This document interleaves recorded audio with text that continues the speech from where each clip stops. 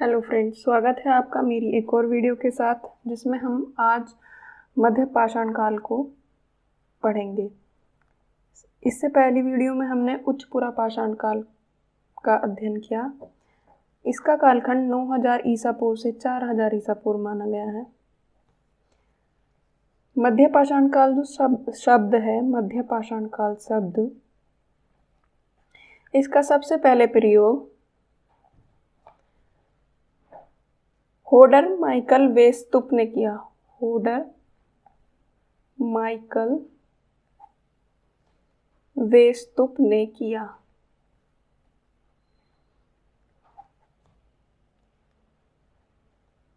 मध्य पाषाण कालीन जो उपकरण होते हैं उन्हें माइक्रोलिथिक बोला जाता है। मध्य पाषाण कालीन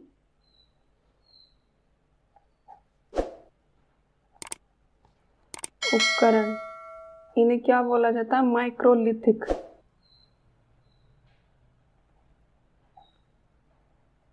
माइक्रोलिथिक। इसकी खोज 1867 ईस्वी में सीएल कार्लाइल ने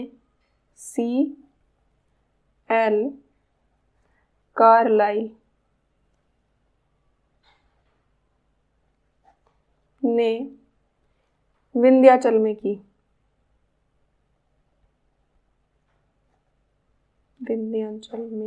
सीएल कार्लाइल। भारत में मध्य पाषाण काल होलोसीन युग के साथ प्रारंभ होता है।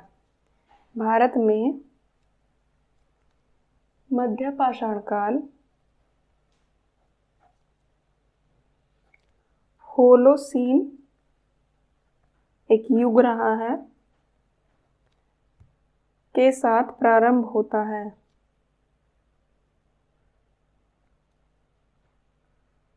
इसका कालखंड 9000 से 4000 ईसा पूर्व है। सबसे पहले प्रयोग होडर माइकल वेस्तुप ने किया। मध्य पाषाण कालीन उपकरणों को माइक्रोलिथिक उपकरण भी बोला जाता है, जिसकी खोज 1867 में सीएल कार्लाइल ने की। ये सीएल कार्लाइल ने जो इसकी मध्य पाषाण काल की खोज की है, ये एग्जाम की दृष्टि से बहुत महत्वपूर्ण क्वेश्चन है। ये एग्जाम में आ चुका है कई बार। नेक्स्ट हम देखेंगे मध्य पाषाण कालीन कुछ महत्वपूर्ण स्थल। मध्य पाषाण कालीन कुछ महत्वपूर्ण स्थल। इसमें सबसे पहले हम गुजरात को देखेंगे। गुजरात में लंगनाज, रतनपुर, गुजरात लंगनाज, रतनपुर, कनेवल,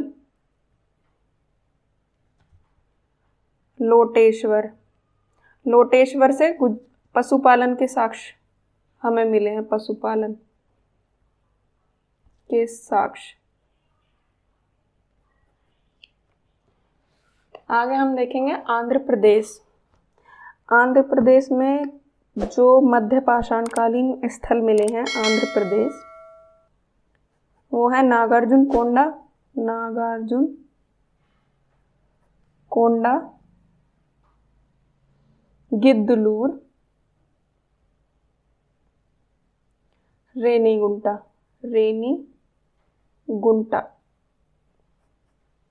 नेक्स्ट हम देखेंगे कर्नाटक से जो मध्य पाषाण कालीन स्थल मिले हैं वो हैं बेल्लारी में संगनकल्लू,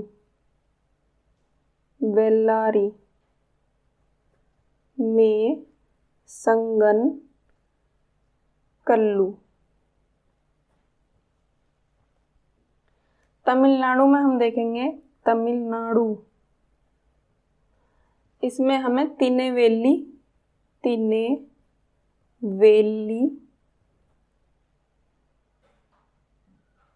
टेरी समूह।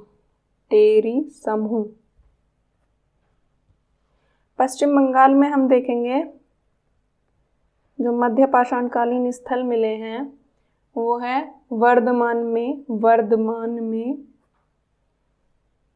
वीरभानपुर,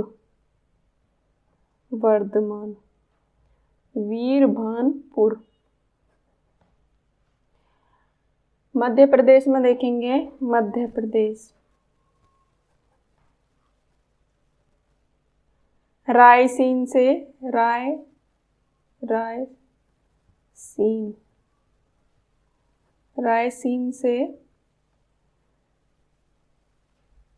रायसीन में ये भीमबेटका चित्रकला के साक्ष्य मिले हैं भीमबेटका से बेटका। एवं होशंगाबाद में असीरगढ़, होशंगाबाद में आदमगढ़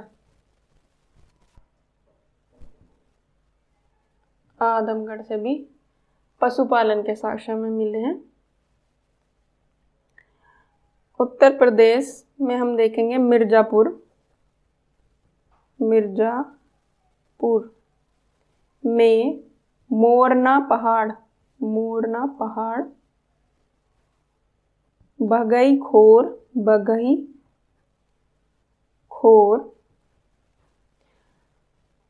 लेखैया, इससे पहली वीडियो में हमने देखा था लेखैया इलाहाबाद। इस वीडियो में भी हम देखेंगे लेखैया को। इलाहाबाद में चौपानी मांडो,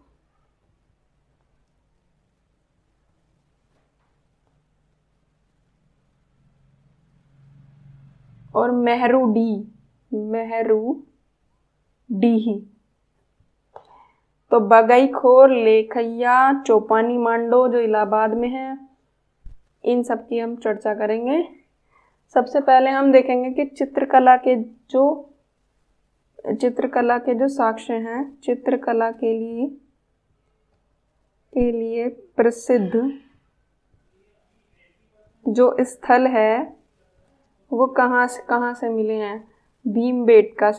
भीमबेटका ये सबसे ज़्यादा प्रसिद्ध है भीमबेटका चित्रकला के लिए। आदमगढ़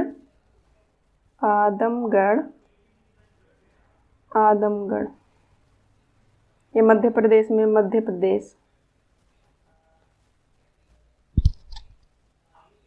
और प्रतापगढ़ और मिर्जापुर, ये चारों स्थल चित्रकला के लिए प्रसिद्ध हैं। भीमबेटका, आदमगढ़, प्रतापगढ़ और मिर्जापुर। आगे हम देखेंगे मध्यपाषाण कालीन लोगों के लिए मध्यपाषाण काल में कुत्ता पालतू जानवर था।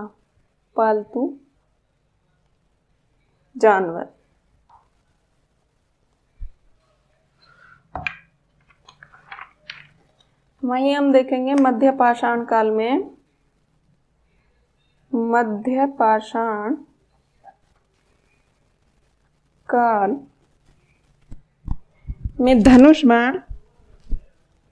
धनुष बाण,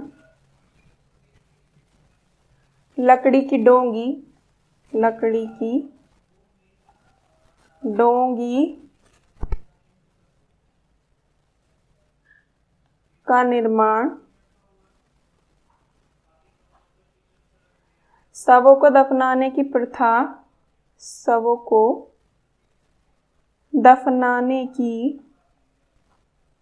प्रथा, अंतिम संस्कार की शुरुआत मध्यपाषाण काल से हुई है। अंतिम संस्कार की शुरुआत मध्यपाषाण काल से हुई।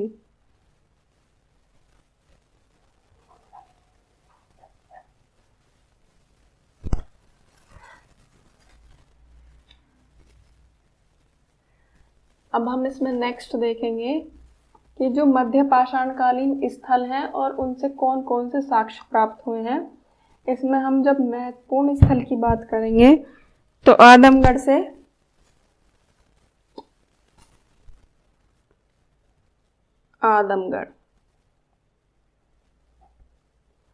यहाँ से ये होशंगाबाद में है। आदमगढ़, होशंगाबाद,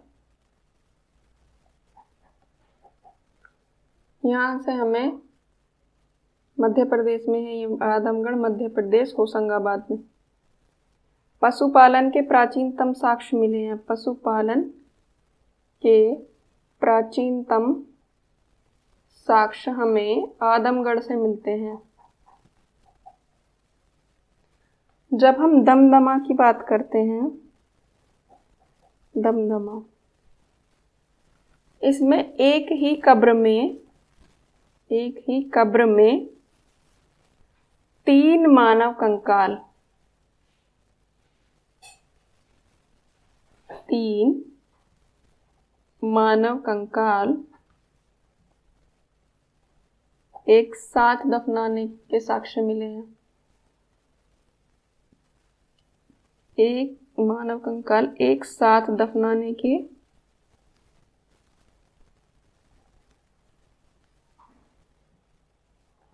साक्ष्य मिले हैं। तो 3 मानव कंकाल एक साथ दफनाने के जो साक्ष्य मिले हैं वो दमदमा से मिले हैं। और यहीं से 41 मानव समाधान, 41 मानव समाधान सर्वाधिक मानव समाधान हमें दमदमा से प्राप्त होते हैं। जबकि लेखैया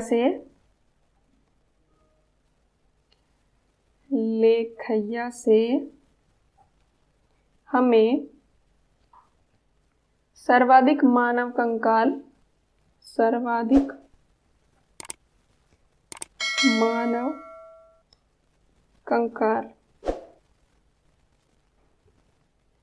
साथ ही सर्वाधिक कंकाल मिले, मानव कंकाल मिले हैं। इसी के साथ लेखैया से हमें हाथी दांत का लटकन भी मिलता है। हाथी दांत का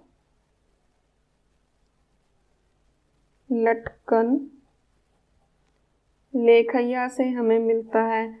सर्वाधिक मानव कंकाल तथा हाथी दांत का लटकन हमें लेखैया से मिलता है। और सर्वाधिक मानव समाधान जो 41 है, जिनकी संख्या 41 है, ये हमें दमदमा से मिलता है। नेक्स्ट हम देखेंगे बागोर।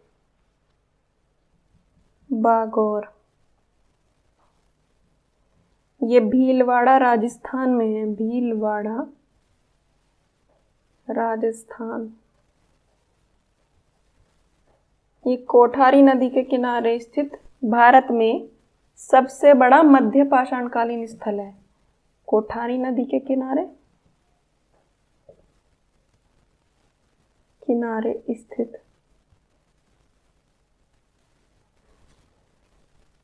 क्या है ये? भारत में सबसे बड़ा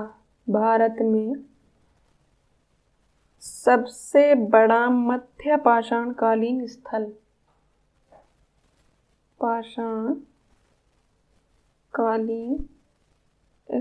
बागोर है। पशुपालन के साक्ष्य भी यहाँ से मिलते हैं, बागोर से। पशुपालन के साक्ष्य हमें बागोर से मिलते हैं। सबसे पहले आदमगढ़ से मिलते हैं प्राचीनतम पशुपालन के साक्ष्य, और पशुपालन के साक्ष्य हमें बागोर से भी प्राप्त होते हैं। इसे महासतियों का टीला बोला गया है, महासतियों का टीला।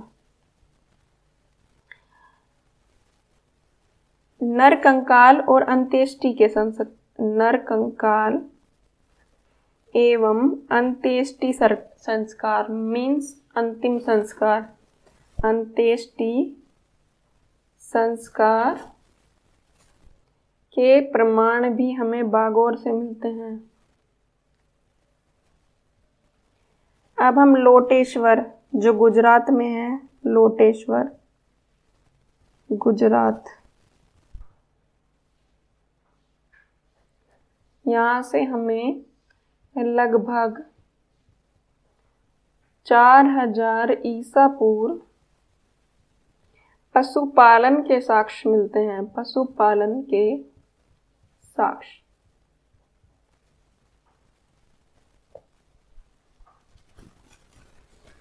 नोट देखेंगे। जो 25,000 ईसा पूर्व में लघु पाषाण उपकरण हमें आदमगढ़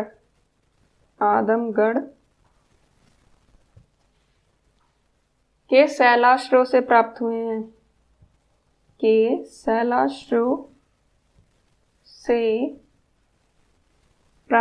हैं, जिसके खोजकर्ता आर.वी. जोशी हैं, आर.वी. जोशी। नेक्स्ट हम देखेंगे प्रतापगढ़ में कौन कौन से मध्य पाषाण कालीन स्थल हैं। प्रतापगढ़, इसमें सराय नाहर राय, नेक्स्ट इसमें महादहा एंड तीसरे नंबर पर इसमें हम देखेंगे दमदमा।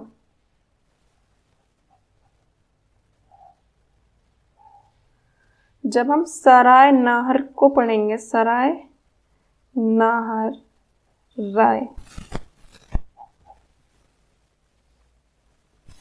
यहां से हमें प्राचीनतम मानव जीवाश्म मिले हैं। प्राचीनतम मानव जीवाश्म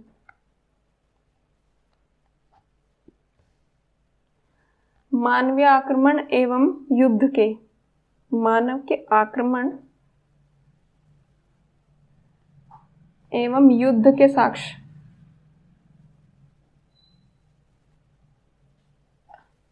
यहां से मिलते हैं।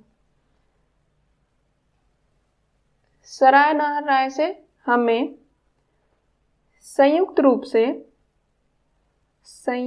से दो पुरुषों एवं दो स्त्रियों को एक साथ दफनाने के साक्ष्य मिलते हैं,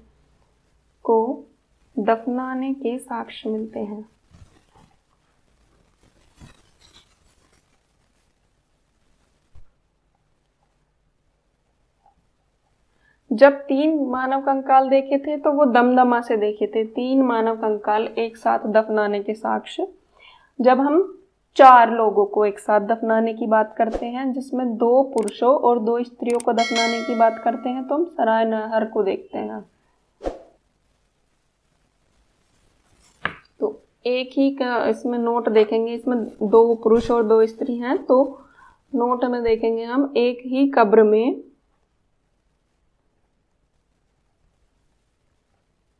4 मानव कंकाल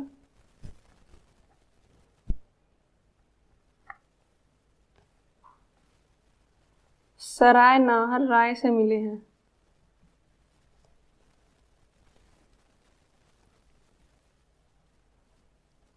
जब 3 का मानव कंकाल मिले हैं तो वो दमदमा से मिले हैं। 3 मानव कंकाल एक साथ दमदमा से। 4 मानव कंकाल, 4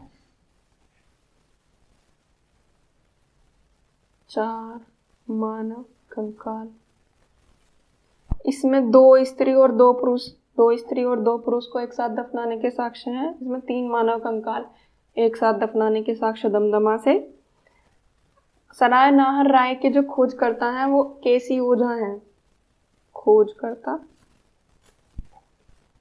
केसी ओझा तथा इसके उत्खननकर्ता जी.आर. शर्मा है। जी.आर. शर्मा।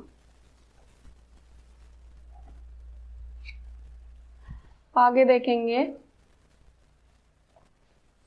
ये दोनों ही स्थल सराय नाहर राय और दमदमा ऐसे स्थल हैं जहां से स्तंभ गर्त पाए गए हैं। सराय नाहर राय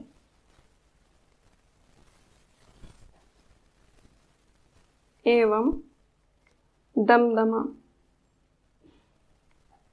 यहाँ से स्तंभ गर्त पाए गए हैं। दोनों स्थानों से गर्त चूल्हे मिले हैं। सराय नाहर से 8 गर्त चूल्हे, वहीं दमदमा से 35 गर्त चूल्हे मिले हैं। तो 35 गर्त चूल्हे दमदमा से और 8 सराय नाहर राय से। नेक्स्ट आगे देखेंगे हम महादहा से क्या क्या साक्ष्य मिले हैं। महादहा, यहां से बूचड़ खाना मीन्स वध स्थल का साक्ष्य सबसे पहले मिला, सर्वप्रथम महादहा से मिला है। महादहा से हड्डी, श्रृंग, सींग के आभूषण मिले हैं। महादहा से स्त्री पुरुष की युगल समाधियां मिली हैं। स्त्री पुरुष की युगल समाधियां मिली हैं।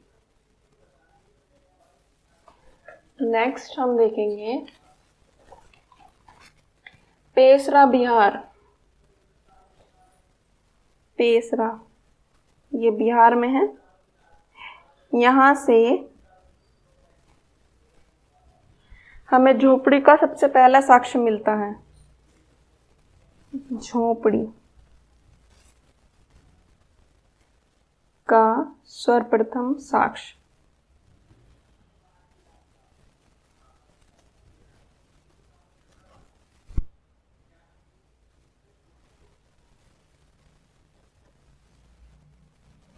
जब हम चौपानी मांडो को देखेंगे,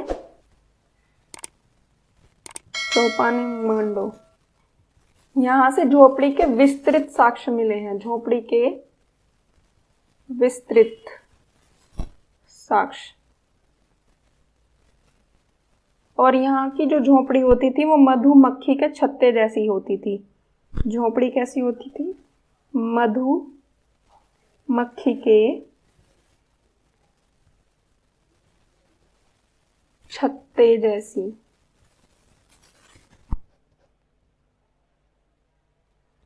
तो सबसे पहले जो झोपड़ी का सर्वप्रथम साक्ष्य मिला है वो पेसरा बिहार से मिला है। विस्तृत झोपड़ी के जो साक्ष्य मिले हैं वो चौपानी मांडो से मिले हैं। यहाँ की झोपड़ियां मधुमक्खी के छत्ते के जैसी होती थी। नेक्स्ट हम देखेंगे कि बड़े कारखाने कहाँ से मिले हैं। बड़े कारखाने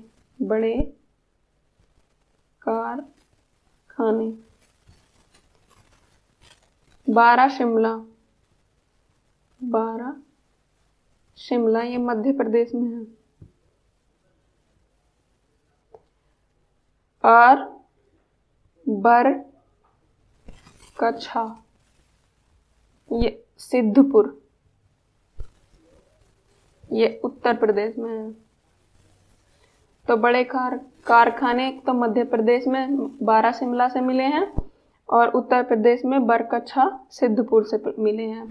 नेक्स्ट हम देखेंगे, ये नोट देख लेंगे। यही एक बरकछा, यहां से घिसे हुए पत्थर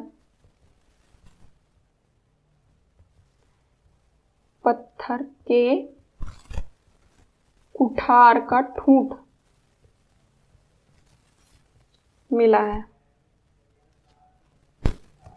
नेक्स्ट देखेंगे लंगनाज गुजरात।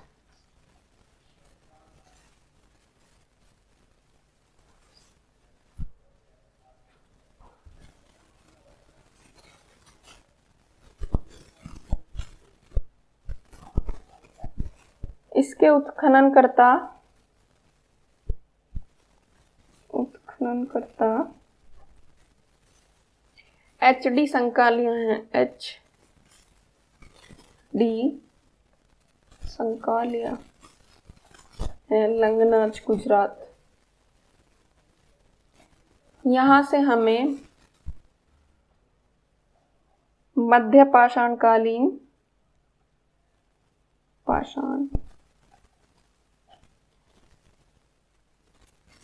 उपकरणों के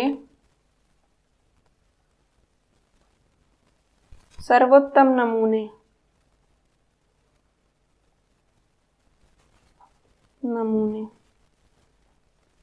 भारत में मिले हैं। गैंडे की हड्डी के साक्ष्य भी लंगनाज से मिलते हैं। गैंडे की हड्डी के साक्ष्य कहाँ से मिलते हैं? लंगनाज से। गैंडे की हड्डी के साक्ष्य सबसे पहले शुष्क क्षेत्र में खोजा गया, ये पहला स्थान है। शुष्क क्षेत्र में खोजा गया पहला स्थल लंगनाज है। जब हम कनेवल की बात करेंगे, कनेवल ये भी गुजरात में है।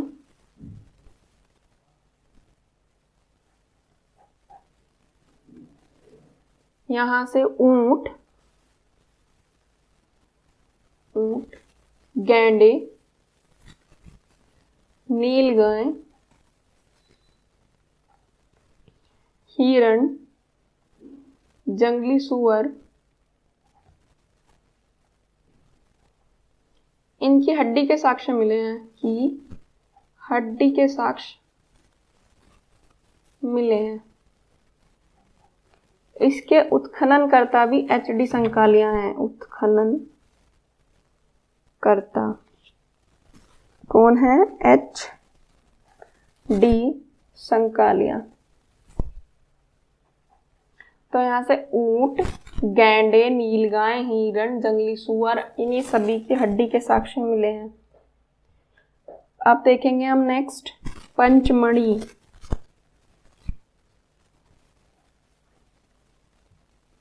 ये मध्य प्रदेश में है, मध्य प्रदेश। यहां से मध्य पाषाण युग के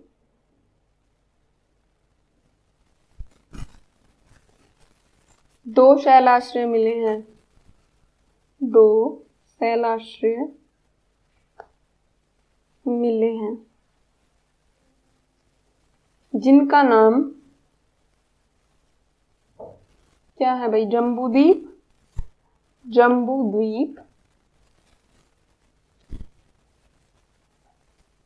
दूसरे का भ्रांत नीर, या इसको डैरोथी द्वीप भी बोला गया है। द्वीप है, इसका क्या नाम है? जम्बूद्वीप, भ्रांतनीर या डैरोथी द्वीप। दो शैलाश्रय मिले हैं। कहाँ से? पंचमढ़ी से। मोरना पहाड़ की बात करेंगे, ये उत्तर प्रदेश में है। मोरना, मोरहना पहाड़, उत्तर प्रदेश। इसको हम देखेंगे यहाँ से चित्रयुक्त शैलाश्रय मिले हैं। चित्रयुक्त शैलाश्रय, यहाँ से दो रथों के चित्र मिले हैं, दो रथों के चित्र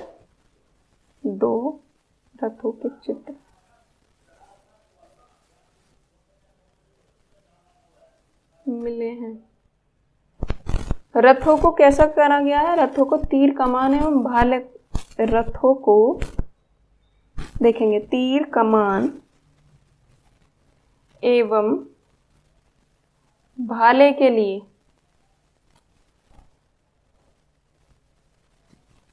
सैनिकों से घिरा हुआ दिखाया गया है।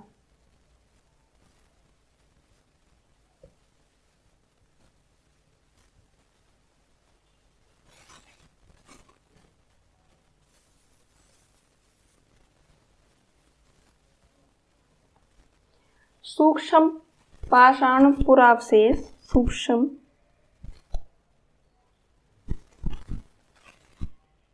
पुरावशेष में धनुष बाण भी शामिल है, धनुष बाण भी शामिल है। जब हम भीमबेटका को देखेंगे, फटाफट से देख लेंगे। भीमबेटका ये मध्य प्रदेश में है, रायसेन जिले में, रायसेन जिला ओबेदुल्लागंज में स्थित, ओबेदुल्लागंज में स्थित। इसके उत्खननकर्ता देखेंगे। उत्खननकर्ता कौन है? वाणकर, वीएस वाणकर महोदय।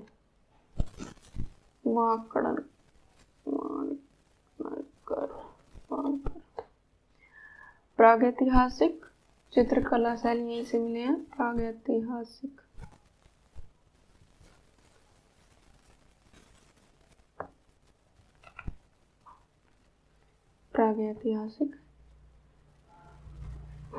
चित्रकला शैल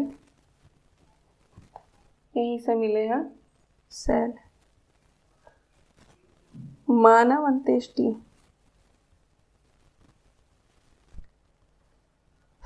के प्रमाण मिले हैं।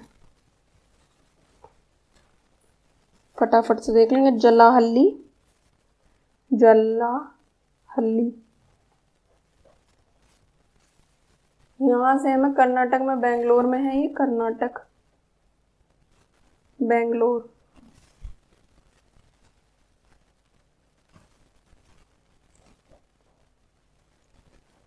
यहाँ से रोमन लिपि में, रोमन लिपि के डी अक्षर के तिरछे फलक, रोमन लिपि के डी अक्षर के तिरछे फलक यहाँ से प्राप्त हुए, जलालहल्ली से। वीरभानपुर को देखेंगे। वीरभानपुर, वीरभानपुर पश्चिम बंगाल।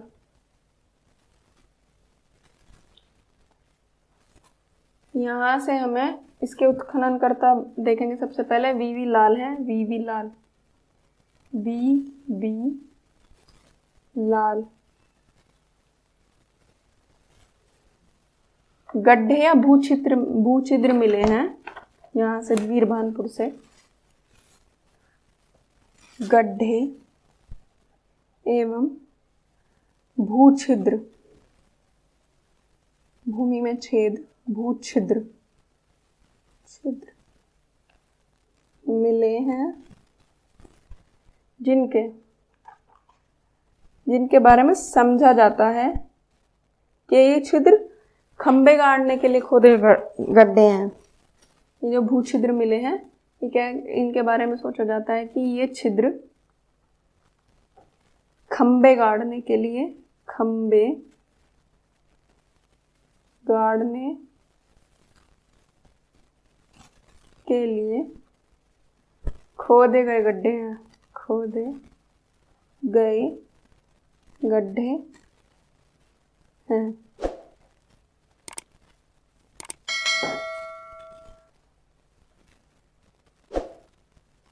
यहाँ से जंगली चावल भी मिले हैं,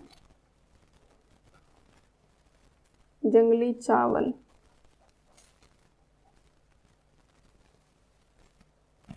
हस्त निर्मित मृतभांड, हस्त निर्मित मृतभांड।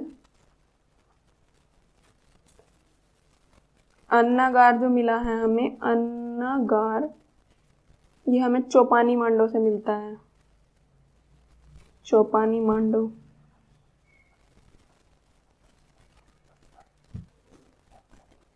देख लेंगे एक बार। वीरभानपुर से इसके उत्खननकर्ता वीवी लाल हैं। गड्ढे एवं भूछिद्र मिले हैं। ये छिद्र ऐसा समझा गया है कि खंबे गाड़ने के लिए खोदे गए गड्ढे होते थे तथा जंगली चावल और हस्तनिर्मित मृदभांड भी यहीं से मिले हैं, वीरभानपुर से। अन्नागार हमें चौपानी मांडव से प्राप्त होता है। तो फ्रेंड्स, ये थे मध्य पाषाण कालीन स्थल। नेक्स्ट वीडियो में हम नव पाषाण काल देखेंगे। उसके बाद नव पाषाण काल वाला जो चैप्टर है वो कंप्लीट हो जाएगा। अगर आपको मेरी वीडियो अच्छी लगी तो लाइक, शेयर एंड सब्सक्राइब कीजिए। Thank you.